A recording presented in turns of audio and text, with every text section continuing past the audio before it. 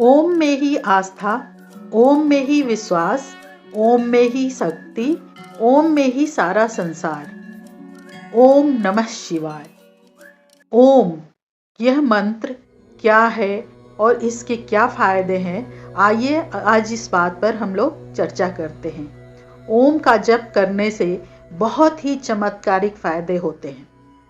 यह जानने के लिए इसकी जो पूरी विधि है उसे हमें समझना पड़ेगा। सनातन धर्म में ओम को बहुत ही प्रभावशाली माना गया है। ओम का उच्चारण करते समय 3 अक्षरों की ध्वनि निकलती है। ये 3 अक्षर क्रमशः अ, उ और म है। इसमें अ वर्ण जो है सृष्टि का द्योतक है, उ वर्ण जो है स्थिति का द्योतक है और जबकि म वर्ण जो है वह लय का सूचक है। इन तीनों अक्षरों में त्रिदेव यानी ब्रह्मा, विष्णु और महेश का साक्षात वास माना जाता है। ओम के जाप को अनिष्टों का समूल नाश करने वाला व सुख समृद्धि प्रदान करने वाला माना गया है। ओमकार ब्रह्मनाद है। इसके उच्चारण व जाप से धर्म, अर्थ, काम और मोक्ष इन चारों पुरुषार्थों की प्राप्ति होती है। किसी भी मंत्र के उच्चारण के आरंभ में ओम अवश्य लगाया गया है। ओम का उच्चारण अत्यंत प्रभावशाली है, चमत्कारिक लाभ पहुंचाने वाला है।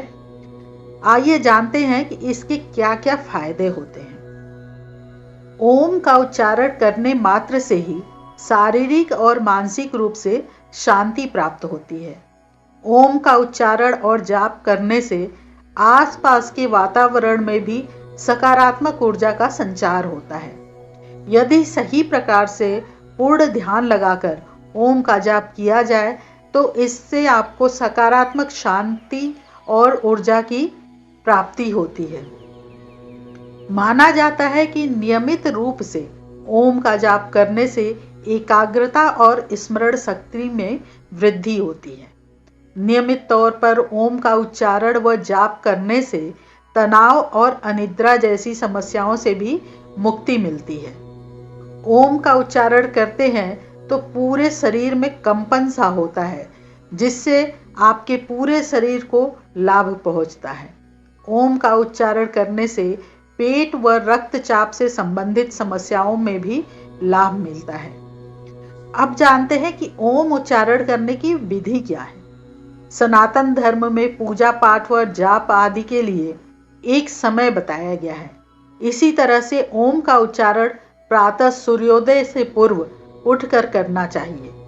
ओम का जाप करने के लिए एक शांत जगह का चुनाव करें, जहां पर आप पूरी तरह से ध्यान लगा सकें। अब सुखासन मुद्रा में बैठकर मन में ओम की आकृति का ध्यान लगाते हुए उच्चारण करना चाहिए। एक बार में कम से कम 108 बार ओम का उच्चारण करना चाहिए। इसके बाद आप धीरे धीरे उच्चारण की अवधि बढ़ा सकते हैं। तो इस प्रकार हमने देखा कि ओम का उच्चारण करने से हमें क्या क्या लाभ मिलता है, उसकी विधि क्या है और उसको करने से हम कैसे अपने इष्ट, अपने प्रभु भगवान शिव को प्रसन्न कर सकते हैं। इसी के साथ मैं अपनी वाणी को विराम देती हूँ। जय सनातन, जय भारत, धर्मो रक्षति रक्षिता।